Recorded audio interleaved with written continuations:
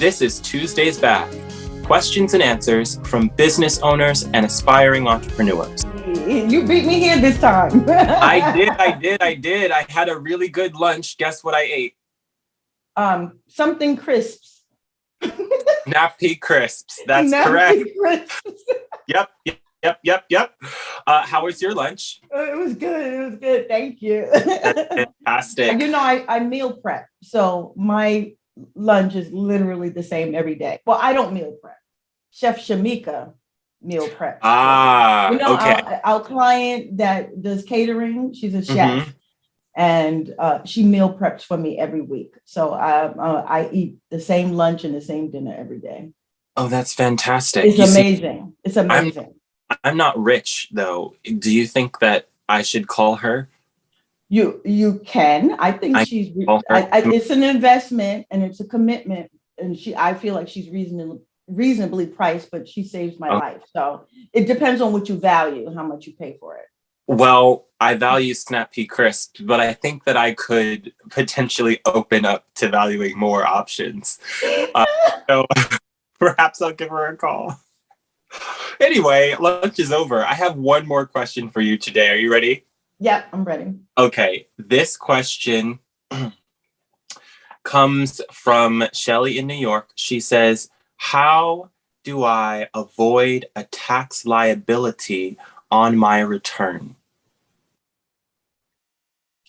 Avoid a tax liability? Okay, so that's actually a trick question because we don't know if she's asking, how do I avoid, owing taxes in general, right? Which might mean tax evasion. Like we don't want you to evade paying taxes, right? We all have to pay our share of taxes.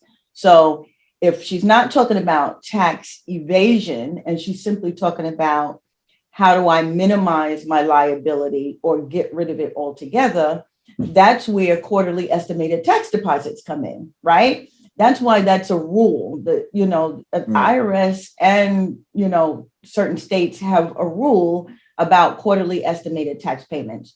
You must pay us our money throughout the course of the year, every 3 months.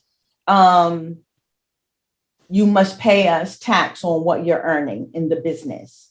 And that's how you reduce your liability when it's time to file. Because if you pay through the course of the year, then it's likely you won't have much, if anything, to pay when you file your taxes. And that's the whole point of it. Not only do they want you to be compliant and just send money regularly, but it also helps you not to have a liability when it's time to pay your taxes.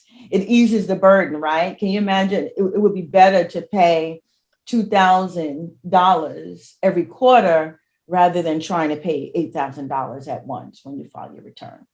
So that's how you avoid a liability, is by prepaying your taxes, by making your estimated quarterly deposits.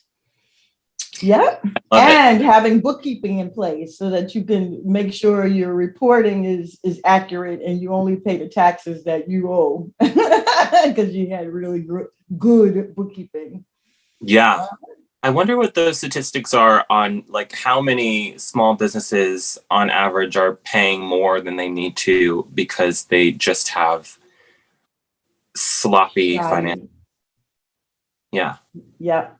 Shoddy books. I know it's a lot. I feel like I saw that statistic at some point where, how many business owners in particular, or no, people in general are overpaying taxes and especially business owners. I don't know the percentage, but it is significant. Yeah.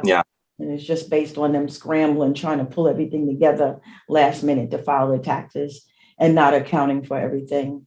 That's why we have a very, very, very clear process in how we work with our business clients, our clients who are business owners.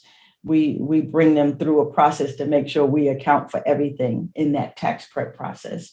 So, I hope everybody is using a tax professional.